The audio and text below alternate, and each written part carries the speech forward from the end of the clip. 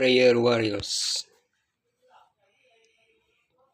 I love the Lord because he has heard my voice and my supplications, because he has inclined his ear to me.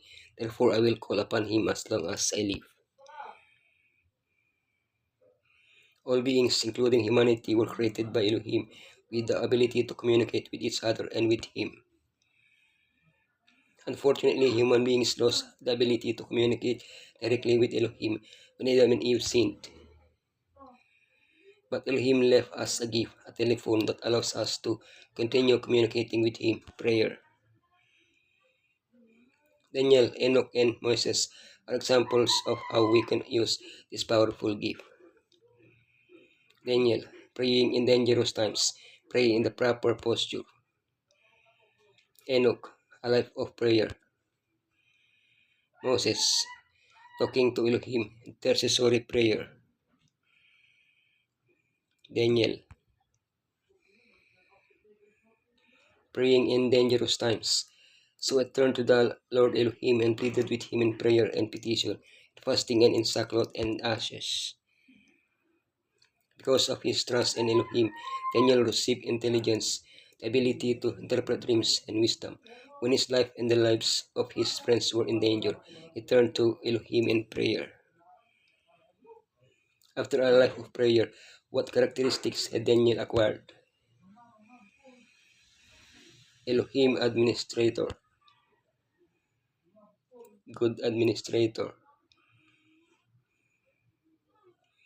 integrity, diligent, unburnable, reliable, honored, faithful, and loyal, without any bad habits. Heaven, praying in dangerous time.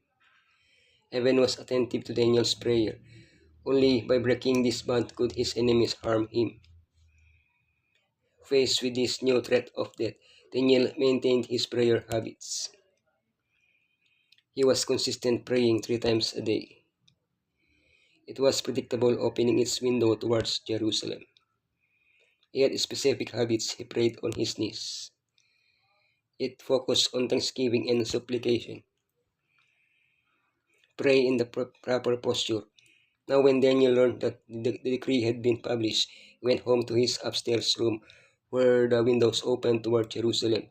3 times a day he got down on his knees and prayed, giving thanks to his Elohim, just as he had done before. When we pray, we speak to Elohim as if we were speaking to a friend. However, Elohim is not like us. He is the King of the universe. For this reason, Daniel's custom was to kneel before him to pray, acknowledging him as his sovereign. Since we can pray to Elohim in any circumstance and at any time, it is not always possible or necessary to do so in this way.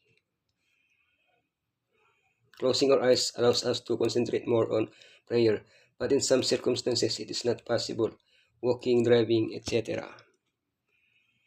The important thing is that our prayers are made with the respect that Elohim deserves. Pray in the proper posture. Now when Daniel learned that the decree had been published, he went home to his upstairs room where the windows opened toward Jerusalem. 3 times a day he got down on his knees and prayed, giving thanks to his Elohim, just as he had done before. In the Bible, we find examples of people who prayed in different ways according to their special circumstances. Jehoshaphat prayed standing before the people. David sat before Elohim to give thanks. Solomon prayed kneeling with his hands raised. The people bowed down to the ground to pray. David prayed prostrate on his bed. Nehemiah stood and prayed silently before the king. Regardless of our stance, the Bible urges us to pray without ceasing, perseveringly and constantly. Enoch, a life of prayer. Enoch walked faithfully with Elohim, and he was no more because Elohim took him away. Enoch lived in difficult times when the wickedness of the antediluvians was increasing. With the birth of his son, his understanding of Elohim expanded, and his communion with him intensified. Prayer was an important factor in that relationship. The more intense and urgent his work became, the more constant and fervent his prayers were. At times he would withdraw to secluded places to be more in communion with Elohim. However, he always returned to the people to share his knowledge of Elohim with them.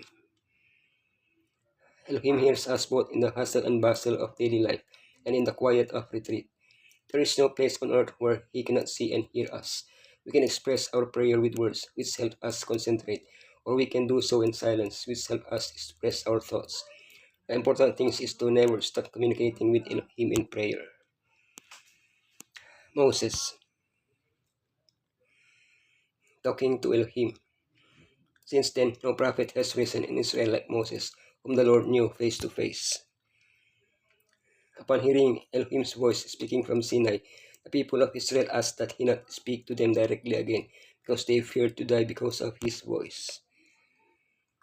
This was not the case with Moses, who spoke with Elohim face to face. For 40 years, from the burning bush until his death, Moses and Elohim had regular personal dialogues. The Bible records several 40 days periods during which Elohim gave Moses specific instructions on building the tabernacle and communicated various laws to him. During these dialogues, Moses also interceded for the people. We do not have the privilege of speaking to Elohim face to face, but prayer fills that gap by allowing us to communicate directly with him.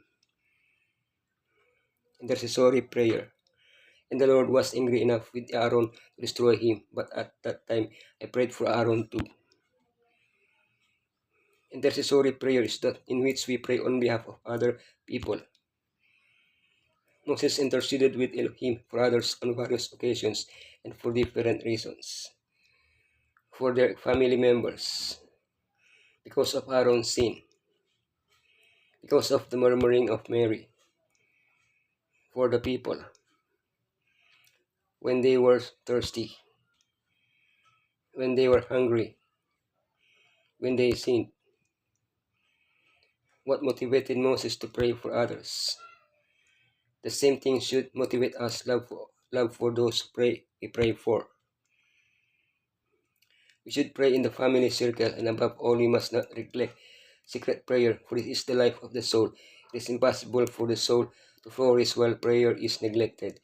Family or public prayer alone is not sufficient.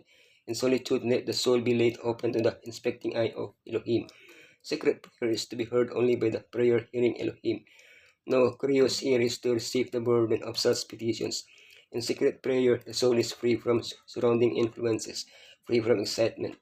Calmly yet fervently will I reach out after Elohim. Sweet and abiding will be the influence emanating from him who sits in secret, whose ear is open to hear the prayer rising from the heart.